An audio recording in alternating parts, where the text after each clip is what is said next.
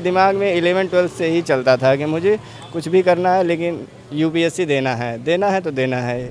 ये उम्मीद होती है कि आगे जाके लाल उल बत्ती गाड़ी वाली मिल जाएगी, आईएएस वाईएएस बन जाएंगे, ऐसा रहता है। तो कितनी दिक्कत है, बच्चा जो घर में रोटी नहीं बनाता है उसको यहाँ पर आकर रोटी भी बनाना पड़ता है। अगर आप गोरखपुर से जन्मा बेटी रावत। हाँ, मेरा गांव है उधर। अरे आप तो पड़ोसी निकल गए, स्टूडेंट चाय वाले। ये जो भैया हैं यूपीएससी की तैयारी करते हैं। नमस्ते, मैं हूँ पल्लवी और आप देख रहे हैं भारत एक नई सोच। अच्छा, हमने चाय पर बहुत सारी वीडियोस बनाई हैं, लेकिन आज हम दिल्ली आ गए हैं और दिल्ली जब आए तो हमें एक चाय के बारे में पता चला, स्टूडेंट चाय वाले। ये जो भैया हैं यूपीएससी की तैयारी करते हैं। आप समझिए कि घर से दूर जब आप तैयारी करने आते हैं तो आपके पास पैसा रुपया होना बहुत ज़रूरी है, क्योंकि एक तो रूम का किराया, दूसरा खाने पीने का खर्चा, ये सारी चीज़ें, तो इन सबों को बहुत मोटा पैसा लगता है। तो ये या तो आप परिवार वालों से मांगिए या तो आप खुद कुछ करने की कोशिश कीजिए। तो यहाँ पे जो भैया हैं उन्होंने चाय बनाना शुरू किया और चाय बनाकर जो है खर्चा निकाल रहे हैं। मैं सही हूँ भैया? क्या नाम है आपका? मेरा नाम महावीर शर्मा, मैं उत्तर प्रदेश गोरखपुर का रहने वाला। गोरखपुर के? सही सही बताइए। यस, मैं गोरखपुर का रहने मैं भी गोरखपुर के। वाला। गोरखपुर से जन्मा बेटी रावत।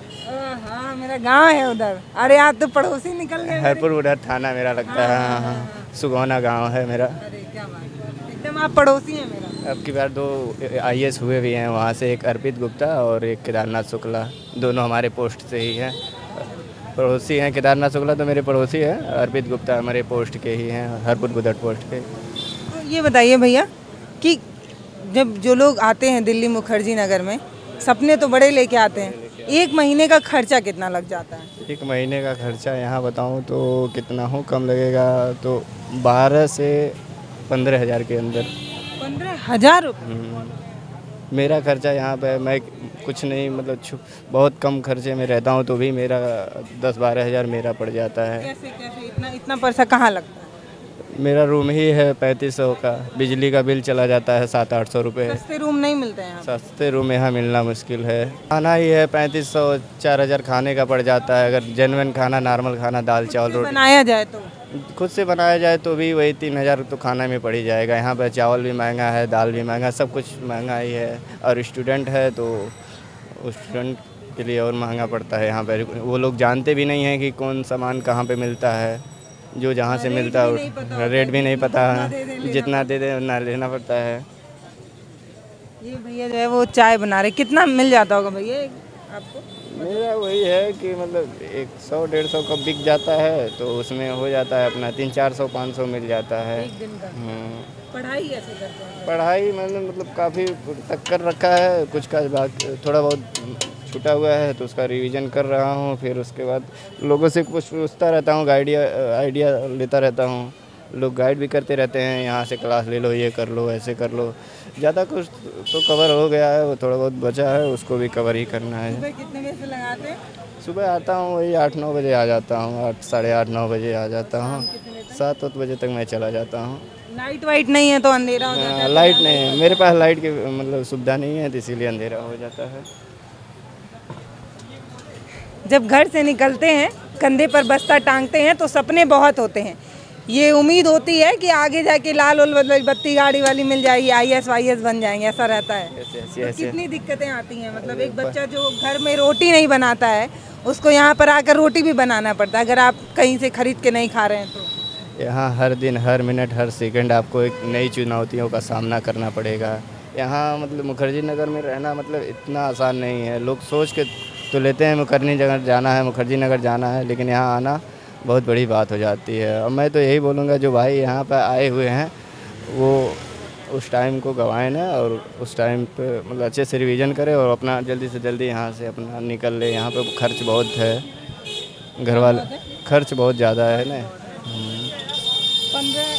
15,000 रुपये के आसपास? हाँ, 15,000 रुपये के आस। गरीब किसान कैसे दे पाता है? क्या बताऊँ, कुछ लोग। आपका बैकग्राउंड क्या है? मेरा बैकग्राउंड ये है, पापा मतलब कृषि कार्य से हैं, मतलब किसान हैं, और माता घर हाउस वाइफ हैं। तो वही है कि मतलब कमाने वाले से पिताजी हैं, मैं सही हूँ तो? जी। मैंने किसी को बताया भी नहीं है कि मैं यहाँ दिल्ली में रहता हूँ। मैं अपना दिल्ली में हूँ, लेकिन ये नहीं पता उनको कि मैं अब चाय बेचता हूँ और अपना पढ़ाई करता हूँ। वो लोग पूछते तब आप एकदम गलत इंसान को इंटरव्यू दे दिए। मैं गोरखपुर की हूँ, मेरे मैक्सिमम लोग गोरखपुर के वीडियोस देखते हैं। अब तो आपके घर पहुँच गए ये वीडियो, अरे तो फिर पिताजी मना या तो लेंगे। पिताजी भावुक हो जाएंगे, ये समझेंगे कि एक बेटा जो माँ और पिता की समस्या समझ रहा है, उनको और ज़्यादा परेशान नहीं करना चाहता, इसलिए वो ये यहाँ तक ये चाय बेचने का सोच रहा है। या तो फिर मतलब बवाल है, फिर वो लोग फ़ोन करके आपको डांटेंगे कि गई लाला डांटेंगे नहीं, वो जैसे चाहते हैं कि जहाँ रहो खुश रहो, अपने मंजिल पर पहुंच जाओ, जो करना चाहते हो वो कर लो, और क्या चाहिए। तो आपकी पढ़ाई हो पा रही है? पढ़ाई हो पा रही है, पढ़ाई में कोई दिक्कत नहीं, लेकिन अभी जैसे क्या है ना, अभी मैं यहाँ नया हूँ तो बोल रहा हूँ ना, कब आए हैं आप? यहाँ पे मैं जैसे कि आए हुए तो 2 महीने हो गए हैं। आने को आया था कोरोना टाइम में भी, लेकिन यहाँ है कि हर दिन हर सेकंड बोल रहा हूँ ना आपसे कि एक नया कोई लोग मिलना नहीं चाहते? लोग मिलना नहीं चाहते हैं। पहली बात तो मैं यहाँ हूँ, अकेले हूँ, मुझे कोई मतलब जानता ही नहीं है। ये है कि अब धीरे धीरे दोस्त बनते रहे हैं, दृष्टि के और तमाम कोचिंगों के दोस्त बन रहे हैं। इजी क्लासेस है, सब लोग मतलब धीरे धीरे जाने लगे हैं, आते हैं यहाँ पे, जो 2 बार प्री दिया हुआ, मेंस क्वालिफाई हो या इंटरव्यू दिया हो, आते रहते हैं भैया लोग, कुछ ना कुछ बताते ही हैं, अच्छा ही बताते हैं कि मतलब कैसे करो, क्या करो, तुम्हारा हो जाएगा।